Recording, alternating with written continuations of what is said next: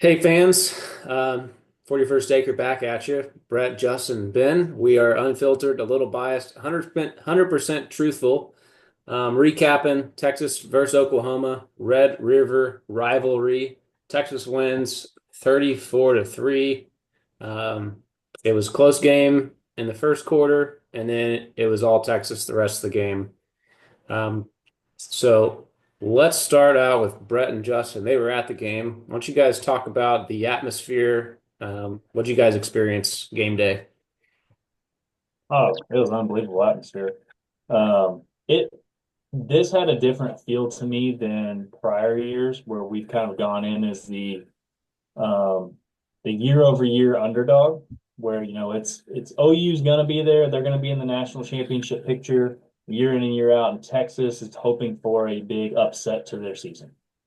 It feels like it's starting to flip a little bit. Of course, last year they got lucky and beat us. But I don't know, I felt really confident going into the game. I felt like the fans were way more confident on our side, whereas the OU fans were just hoping to be kept in the game by their team. Um, but the atmosphere at that place is always wonderful. Parking lots were full. There was a lot of beer being drank. Plenty of stinky OU fans not knowing what time it was. And but overall, oh, hot. Oh my goodness, it was hot. Very But toasty. when those icy whites from the Longhorns came on the field, I did feel a little cool breeze in the air. So that was pretty fun. No, it was a good time. It was a great time. 2:30 is a great start time. Not sure the weather cooperated this one, but I'm Yeah. not opposed to it. Yeah, I'm with you there. I mean, the you get giddy on the ride up there, right? Like you're just always excited for that game. Get into the fair again, the pomp of it and everything, like the fanfare is always a blast, especially again just going into the Texas State Fair. Um, Not a lot of smack talking coming from the OU side this year. Not even after the game, they just seem pretty beat down. Um, that's one game that I think you'd prefer to be at than watch. It was such an ugly game. I can't tell you how many people text me. They're like, it was an ugly game. Didn't really enjoy watching it. But being there was way more fun, much like the 49-0 game we went to a couple years ago, right? Yeah. It was way more fun being there, being a part of the experience, going, hey, we're shutting these guys down than it is to watch a game on TV. So in regards to the atmosphere and all that, I loved it. I thought it was a great time. It always is, to be fair. But man, our concession stand ran out of beer, water, Sprite, everything in the like halftime. It was insane. And we like just to run out of water or to run out of beer is one thing, but to run out of water, man, I hope whatever construction they're doing at the Cotton Bowl, I hope it fixes all that because that was the worst I've seen it, honestly. And it's probably because it was so damn hot, to be fair. At the end of the day, though, crowd was loud early, even after, the beginning part of the game, first quarter. There was never a moment where I felt like, we were going to lose or anything. The crowd stayed in it. And I mean, down the road, they stayed late. They were loud the whole time. We eyes to eyes sat there, watched the team celebrate on the field. So yeah, I mean, when you're the winning team, that's what you get. When you're on the other side of it, looking for, where you left your keys, that's a tough go. Did you get any tickets, any beer tickets after the game from OU fans this year? No, no. No. To be fair, we stayed in the stadium much later this year, though, Yeah. like another 30 minutes afterwards. So by that point, I mean, we came out, and I think we saw like truly a dozen OU fans on our walkout. And one of them was kind of talking a little bit to us about, like, we'll get you next year and all that. And I was like, all right, buddy. Like, you just keep on dreaming. Okay. I mean, to be fair, things can change and, don't get me wrong. But yeah, otherwise, unfortunately, no $40 worth of free beer. Well, I was waiting on Justin to ask his patented question of, what time is it to some OU fan? And he didn't grace me with that at all. And so we were sitting there talking to somebody on the way out, and somehow we brought up the subject of how like 2:30 it just feels weird, like it's a Yeah. weird start time for the game. And so we're sitting there, and I'm like, yeah. So I sit there, I'm talking to him, and I go, man, it's weird. I got 2:30 start time. I have no idea what time it even is right now. The guy's like, oh, it's after 6. And I looked at Justin, I looked back at the guy, and I was like, and OU still sucks. That's That's good. That's right. That's right. It was great. Yeah, he was sad that he answered the question because once he realized it, he just was like, and he like trailed away from us and stopped talking to us anymore. That was perfect. Well done. Well done. All right. Yeah, well, hey, it wasn't bad watching from home either. There was a lot of other good games on. I had the quad box going. That's true. Um, so I didn't, I missed out on the heat, and I was in the cool comfort of the air conditioning making homemade margaritas. So, Hey, there you go. um, but let's well, we'll talk about the game real quick and go back to some of our predictions. Slow first start or first quarter by Quinn. Yep. We saw the first throw of the game. Well, the first play. I don't know if we were trying to hit some home run early, and we got sacked. So negative first play, not a good way to start the game in a rivalry. And then his first actual throw was way overthrown, and we were talking offline. Bowman intercepted it, and he was kind of the heart and soul of their defense last year in that game. And I thought, oh no, it's going to be another game where Bowman's all over the place making plays. So yeah, tight first quarter, and then we saw Quinn settle in. Two fumbles by OU in the second quarter really changed the game. And then Silas Bolden getting on top of that fumble Hmm. from Wisner.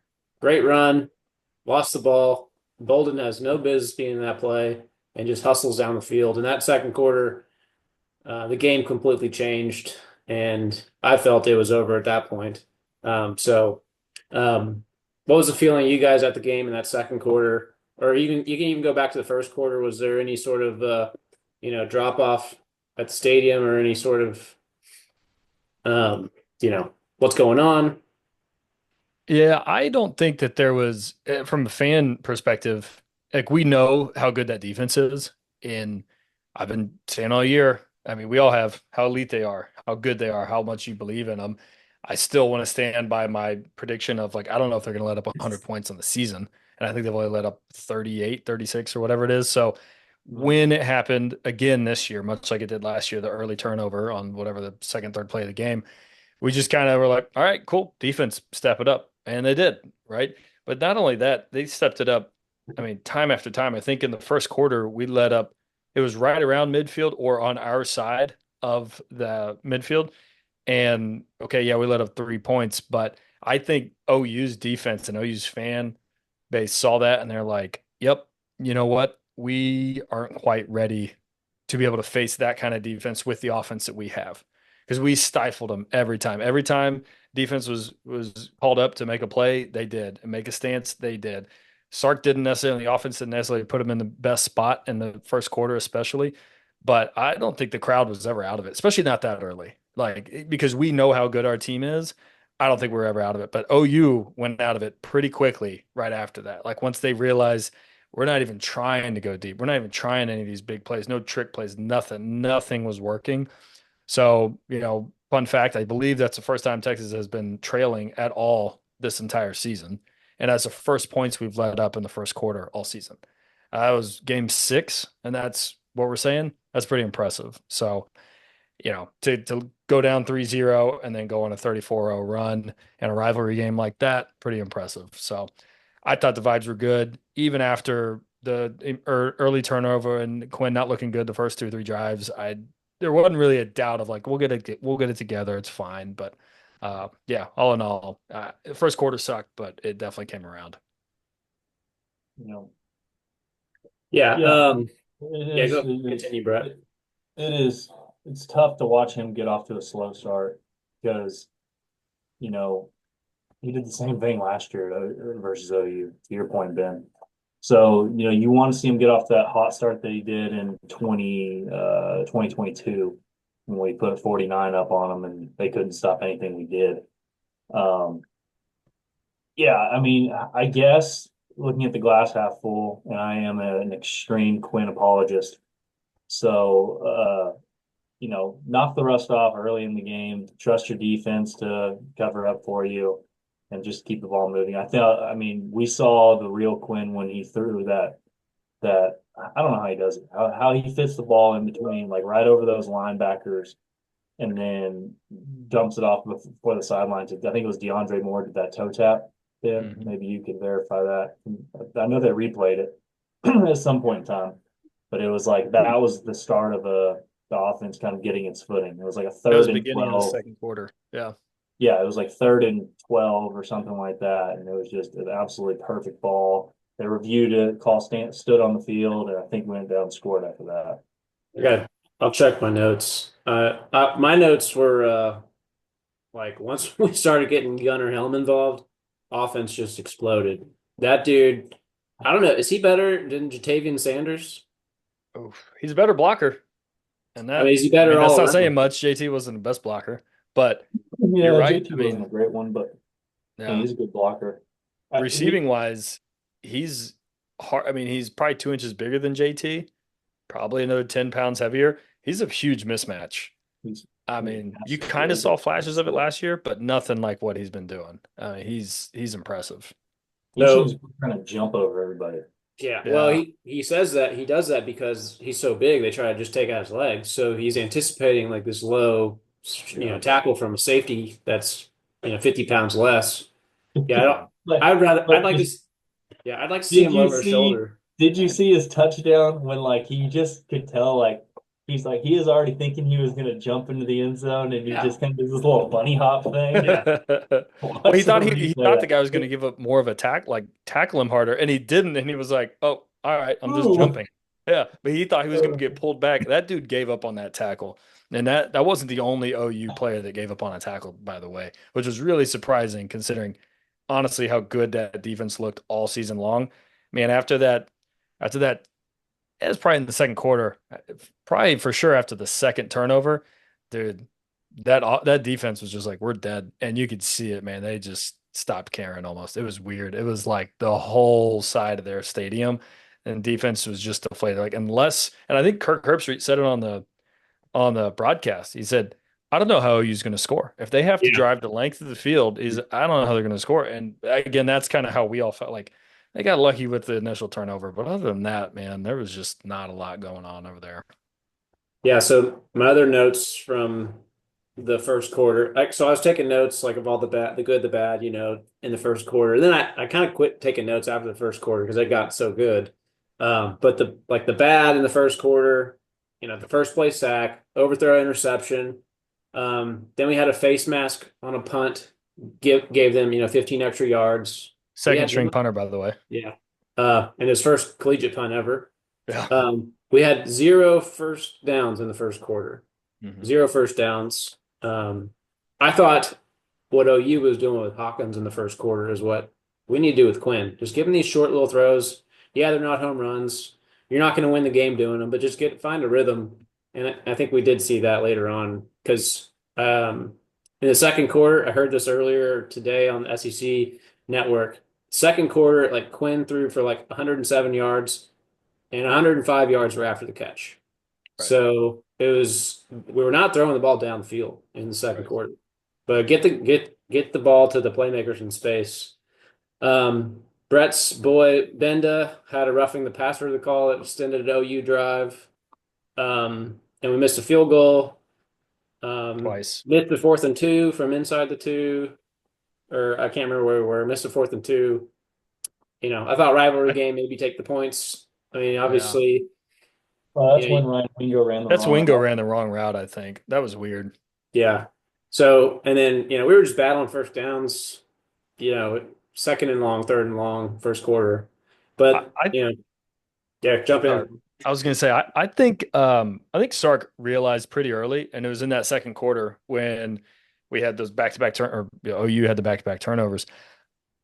I think they were in the same play 3 times in a row, and it was like all of them were for more than 10 yards. It was Wisner's long run, Wisner's long run, and then I can't remember I think the next one was um in the third quarter. But it literally was like 3 out of 4 plays, 3 out of 5 plays, 3 out of 3 plays in a row, where it was just like, dude, zone run to the left side. And Wisner's super patient and just kind of waited behind, kind of like a Le'Veon Bell, right? We had like wait, wait, wait, or I guess like an Ogbenaya would do it back in the day, and then go, there's my hole and run. And I think when when Sark realized that's all we have to do, let's just play Manila. We don't have to get crazy. Sark, Quinn's not feeling it right now. That's fine. We try to get him in the groove, and he wasn't there. I think he said, "Look, it's working. Just keep doing it." And he didn't really put except the double pass. The double pass, doing it twice, was hilarious and insulting to OU. Um, but that's like the only thing that they were like, okay, Georgia, look out for this. But otherwise, that was the first time that I'm like, dude, we're running the ball like we should be able to do. And it may be because Wisner's healthy and the offensive line is playing better and yada yada. We kind of had to do it, but they haven't looked like that running the ball against a quality opponent this season. I don't know about you guys. It took a while to get going. Like, for whatever reason, our offensive line on the rushing attack, it always seems like it starts in the second quarter. Mm-hmm. It's kind of like Quinn. I don't know why that is, and it seems Yeah. like it typically stems kind of from the center, where Jake Majors and Hayden Connor will miss some blocks and kick out blocks. It's like they have to get a feel, like like a fighter, like that first round of a UFC fight. Those guys are kind of sizing each other up, trying to feel each other's arm lengths, trying to figure out what the other one strategy is. It's like this feel out process, and then once they get the feel, then we can get moving. So Yeah. yeah, other than that, I remember the first few series we ran and we couldn't move the ball at all, and then all of a sudden, yeah, the hole started opening up, and it was one on one with a linebacker or a safety coming down, and yeah, Trey's good. Don't Yeah. fumble the ball. And I think just last thing on that first quarter, I'm pretty sure OU held the ball for almost 9 minutes in the first quarter, which is kind of like what we said. Like if there's a blueprint out there, it's Right. just slowly, methodically work your way down the field against them if you can, like what Mississippi State did. Right. 9 minutes in the first quarter is, whew, that's rough. All right, let's get into the defense a little bit. Anthony Hill, monster, led the team with 11 total tackles, 2 sacks, 3.5 tackles for loss. I think Michael Taft got the sack party started. He did. Yep, he was first. Big play by Michael Taft. So one of the things we were worried about going into the game was the rush lanes and containing the QB. Um, so Brett, you want to talk a little bit about that, what you saw from the defense and how because we felt like if Hawkins got outside at all, that was OU's chance to make this a game. That was his chance. That was their chance last year. Although I will give Dylan Gabriel a little more credit. He was much more better, more established passer than Michael Hawkins. I don't know. Maybe the kid will be good someday, but we weren't even going to let him demonstrate any skills. Um, yeah, the first quarter was interesting because I think he did extend a couple of drives with his legs at one point in time. I know he made a couple of our edges take really bad inside routes, and then he immediately showed off his quickness, burst to the outside, and gained some positive yards. But after that, once they understood who this kid was and what they were trying to do, they all maintained the rush lanes. And I really liked how they put Leongo Lafau at starting Mike linebacker, and they had Ant Hill kind of as that roaming Will as the spy, and that worked out really well because you had LaFau coming in, plugging every single running lane by the running back, right, and just continuing to have a breakout season. We have not talked a lot about him. He deserves a lot of credit. Yeah. Three-star recruit out of Utah, or played in Utah. He's from Hawaii. Um, not on anybody's radar. And now he's a true sophomore, I believe. I think he was in Anthony Hill's recruiting class. Yep. As just another linebacker. He's not Anthony Hill. He's never going to be Anthony Hill, but now he's turning into an absolute stud. He Yeah. has our only safety on the team. He has a forced fumble, I believe, and yeah, he played his brain out this past weekend. But him and Anthony Hill back there, I mean, Benda's having a good year. Mo Blackwell's having a good year, but those guys are freaks. Yeah. But yeah, overall, I mean, the front six played outstanding. Outstanding. The scheme was perfect. They kept that guy contained. He couldn't do anything. I mean, literally could not do anything. That was a sack party. It was a rushing stoppage. I mean, it was everything. I don't even think our defensive backs got tested, but maybe once the entire Yep. time because that kid had no time. Yeah. No, I'm right there with you. I think they knew it's probably again, first, or second, third drive or whatever OU had, like, yeah, they kept dinking off to the side and then Yeah. okay, cool, guy had run 8, 9 yards because we were just playing so far off of him, especially between the 20s. But that defense, I mean, again, we talked about like I think they had 3 drives in the first half, if not more than that. They were like right around midfield. And I think at one of them, they were at like the 47 when they started. They got a first down in that same drive, and they still had negative 12 yards on that drive. And I think that was when Taft Daddy had the big sack, which pushed him way back there. So, man, I think they came in with a chip on their shoulder after last year. They realized, we let that one get away. Should never happen.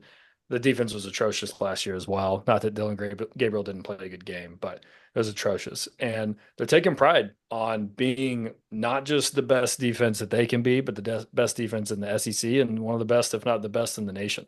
And OU came in there with, you know, putting their hat on their defense, and I think our defense said, "Nah, we got this. Y'all take a back seat this year." Who treated Yeah. them like they deserve to be treated? Yeah, exactly. And hey, those Dallas area kids showed out. I mean, Colin Simmons and Ant Hill were probably top two guys on defense, right? Between the two of them, 5 tackles for loss, 2 sacks. I mean, they were awesome. Well, you know where Quintravion's from. That's right. On the offensive side too. DeSoto. Yeah, he's Yep. from DeSoto. So yeah, you Yeah, have the Dallas kids love that. they do. They love going out there and showing out. Yeah, shout out to our boy Billy Bowman. Well, we were all a little off in our predictions. I think rivalry game we gave Oklahoma a lot of respect. I think their defense is still a great defense. They couldn't muster anything on offense. And I don't. Are we going to see Jackson Arnold for Oklahoma play anymore this year, Justin? Or you think he's redshirting and playing the transfer portal game? I'd redshirt if I was him. There's no reason to go out there. They got Casey Thompson. Casey Thompson, go make a play. That's fine. I was sad that we didn't see him at the end of the game. Put him in there. Why not? But yeah, you got Casey Thompson. You don't. I don't think Jackson Arnold wants to be there, and I think he's let them know that. But that's just my personal feeling. Well, we'll get into turnovers because one of our predictions for the game was turnovers. Who wins the turnover battle? That was a win for me. Texas won at 2-1. Yep. Justin thought OU would win the turnover battle. Justin, Yeah. thoughts on the turnover battle? Well, now listen, okay. I was winning in the beginning, right? And as soon as it happened, I was not happy, but I said, that's cool. I said we might lose 1-0, and that's fine. Man, I didn't think those guys were going to hold it like a freaking butterball turkey on the other side. That was insane. Like, Well, hey, credit to Ant Hill for that yeah, punching because out we don't on force a lot of Hawkins. fumbles. Yeah. He you know, And Derek and that was Williams, all Anthony Hill on that first one. yeah. And Derek Williams out for the season. I know we didn't get a chance to talk about it, which sucks, but made a hell of a play. Um, I mean, man, like I just didn't think that we were going to be able to force the fumbles on them like they were, right? Obviously, we had another fumble, but recovered it in the end zone. So could have been a tie, but I love to see it. Keep it up. Don't stop. And if it takes me predicting we're going to lose the turnover battle every week for us to win it, I'm in. You should do that. You should continue that. Okay. Texas held OU under 100 rushing yards. I think we all would have predicted. I know Justin and I both did. We predicted OU would go over. Held them to 89 yards. I think the difference was the quarterback, stopping the quarterback running because we thought he'd get 40 to 50. He had 27. So I think that was the big key to Texas winning. We talked about the defense. Quinn only threw for 1 touchdown, 1 interception. So I think we both said he'd throw for under 3.5 touchdowns. And then Texas rush yards. Credit to Justin for calling Wisner with a 100-yard game. I didn't see that one coming. I thought it'd be more of a running back by committee approach, which Blue got 10 carries. Wisner got 13, but Wisner averaged almost 10 yards a carry. Brett, talk about these running backs. We still saw some fumbles. What did you see from the running backs, and what do you want to see? I mean, Trey's developing. He's turning into a number one running back, and he might have surpassed Jaden Blue as a starter going into Georgia. I mean, we'll see. Well, I mean, we'll see on Saturday, right? But he certainly looks like a starter. He's seeing the hole well. He's making linebackers in the secondary miss one on one. He runs really hard for being a light guy. I don't think he's 200 pounds. I think he's in the high 190s or so. So he still has his junior and probably senior year left to put some some pretty heavy weight on. I think he'll be an even more powerful runner, but he looks to make that first contact, it seems like. They Not list afraid him at to move yeah, away from they list him at 200, which means he's probably about 185. it. Yeah, yeah. So yeah, I mean he's really developing. I would say based on what we've seen from Jaden this year, his season has been a disappointment.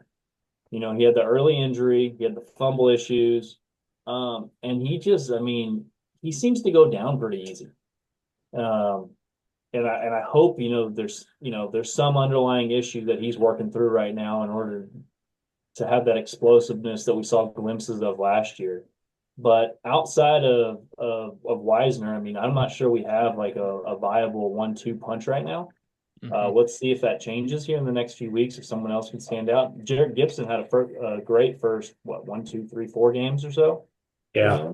and he's gotten a little bit quiet. I think he had like 3, 4 carries, not a lot. Um, two Two. carries, 2 carries. So maybe something's going on with him too. But fumble issue, holy smokes! Yeah, to your point, Justin, turnover battle should have been 2-2. Uh, Great hustle from Bolden to recover that ball and get a touchdown with it. But the fact that we're fumbling multiple games in a row from the running back race, the one guy on the team that you expect to really corral the ball, and this is not an issue the Longhorns have had in a long time. We've got to work through that. Yeah. Do you think, and I know the route was 34-3. Um, Probably won't remember the score too often in the future. You're going to probably remember this game as remember when Silas Bolden recovered that touchdown, right? Like that's going to be the play that stands out more than likely. There really wasn't. I mean, sure, Gunnar Helm, good game, but it wasn't like he put up 200 yards, right? That game's going to probably be no. I mean, I think Silas Bolden just etched his name in like Longhorn Red River rivalry lore, right? Of that's the hustle that showed the type of culture that this team has. So kudos to him on making that happen. But like I said it off air, I was talking with some guys, or I'm sorry, I was listening to some of the OU banter, and they're in disarray right now. It sounds like they're taking this worse than they did the 49-0 game. And the reason for that is not because they let up 49 points or whatever, 30, didn't score any. It's because they had an excuse. They had a horrible offensive situation, right? Couldn't They had even throw the no ball. quarterback. They had nothing that they could do 2 years ago. This year, they're like, no, we've got a quarterback we like. Yes, they were down receivers, but like you still got to figure that out, right? But they had an offensive scheme. They had a defense they could rely on. They liked their special teams. So they're in a bad spot right now. And I say that because I don't want us, meaning Texas fandom, to get too high on our horse about that game. Like be happy with the beatdown that we did, but also we haven't played a good offense yet. So the defense is playing very, very well, but let's not get too high about it. We'll talk about it more as we go into the Georgia prep and all that. But man, unfortunately, it just felt like Texas. Unfortunately for OU, fortunately for Texas, it just felt like they went in there and took care of business when it needed to happen, especially the last three quarters. Yeah. Not a good team. I do think I think it's worth um, talking a little bit more about offense because we have said how good the defense is this year, but think through who the defense has had to play as far as offense goes. Mm-hmm. Have we even had played a top 75 offense yet? Right. That's exactly what I'm Have saying. we? I don't know. I think the answer is no. Yeah. I I think the best offense we've played is like UTSA or Colorado. Might be Colorado State actually. Yeah, well, they're in the G5, but yeah.